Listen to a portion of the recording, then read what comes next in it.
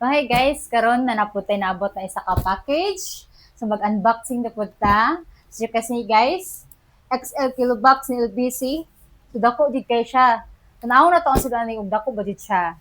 So open na to siya guys kay ako excited na kay kung makita ani nga sapatos. So, let's go. Ang atong pangmalakasang cutter. Inayan lang kay basin maigo na to ang box sa shoes.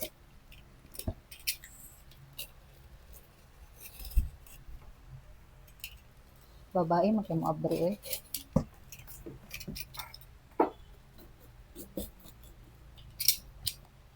So, kani siya nga shoes, guys. Limited edition ni siya. So, nasa 1,997 ang release ni Nike ani worldwide. So, isa rin na siya ato nga pair. Taran!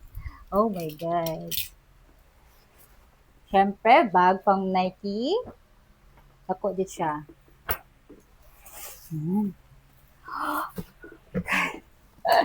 Dako di siya, guys. Oh my God. Look at this.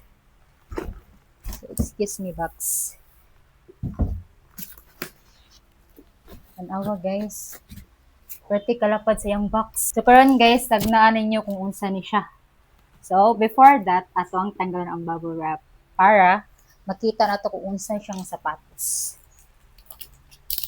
Oh my God, ganahan ko sa yung color, matte black. Dakuha ba yan nga case niya, eh? Box pa lang ni guys, ha? Dako na. Oh! Nice iyahang box! Oh my God, guys. Wait lang, guys, ha? Nagalansin ako na yung bubble wrap. Wow! OMG! Oh, so ang yung box guys kay mura siya attache case. Customize siya. Nice. Makakita sa pair. Ako excited about ko. So let's go.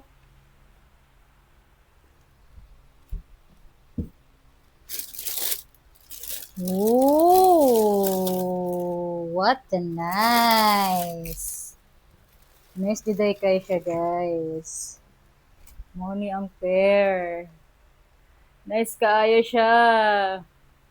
Mao ni ang limited edition na Sabrina 2 Black Label. Nice kayo siya, guys. Black Label. So, nice ang yung materials, guys. So, humok siya. Yan yung as you can see, guys, upgraded version siya sa katong mga Sabrina 2 na to. So, nice kayo siya.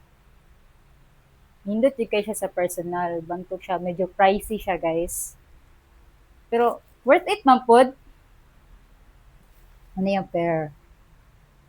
Yes. Mao ni ang logo ni Sabrina. Para SB.